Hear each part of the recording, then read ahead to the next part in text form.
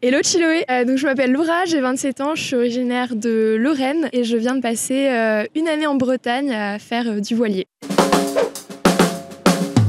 Je me suis lancée dans cette aventure pour me lancer un peu un challenge perso. Avant ça, j'avais quasiment jamais navigué et donc pour moi, c'était un challenge dans un temps très court de devenir autonome sur un bateau. Et c'était aussi un moyen pour moi d'explorer un mode de vie un peu plus sobre, un peu plus proche de la nature et de sortir de ma zone de confort. Une expérience où on est amené à vivre à 6 dans 10-12 mètres carrés à peu près. Alors, il n'y a pas de journée type sur un bateau. Dans ma vie de tous les jours, je vais regarder ma montre et je vais me dire à telle heure, j'ai tel rendez-vous. Sur un bateau, c'est vraiment la météo et les marées qui dictent nos journées. Le bilan de cette année d'aventure, je retiens beaucoup de souvenirs. Il y a énormément de rencontres qui m'ont marquée. J'ai vu des gens encadrer par exemple des stages en langue des signes, donc avec des personnes malentendantes à bord. J'ai vu un autre moniteur rentrer de 10 jours où en 10 jours il avait traversé 4 fois la Manche. Et j'ai croisé aussi tout un tas de stagiaires qui arrivent en général sur un bateau aussi avec des projets de pouvoir être autonome, d'apprendre à naviguer pour par la suite faire des voyages,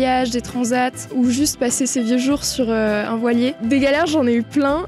Ça passe par des personnalités un peu atypiques à gérer à bord parfois pendant une semaine, des pannes moteurs sur des arrivées de port, des conditions météo qui sont parfois un peu challengeantes. Et mon plus beau souvenir, début novembre, avec un de mes groupes, on a pu aller aux îles anglo-normandes, donc à Guernsey. Et c'est assez magique de débarquer sur une île en bateau. Et c'était aussi pour moi la première fois que je sortais des eaux territoriales françaises, donc ça m'a donné aussi envie de voyager par ce moyen-là par la suite. Alors là, je m'apprête à reprendre un job un peu plus classique à Paris et j'ai envie de continuer à naviguer et encadrer des stages quelques semaines par an. Et donc le défi, ça va être de réussir à concilier les deux. Et d'un point de vue nautique, j'ai très envie aussi de traverser la Manche très bientôt. Et par la suite, dans quelques années, quand j'aurai un peu plus d'expérience, j'aimerais beaucoup voyager en bateau en Europe du Nord, aller en Norvège, en Islande ou jusqu'au cercle polaire par exemple en voilier. Je pense que si je devais tirer un enseignement de cette année d'aventure, ce serait que vivre une aventure et des expériences de fou, il n'y a pas forcément besoin de partir à l'autre bout du monde. Allez-y, foncez.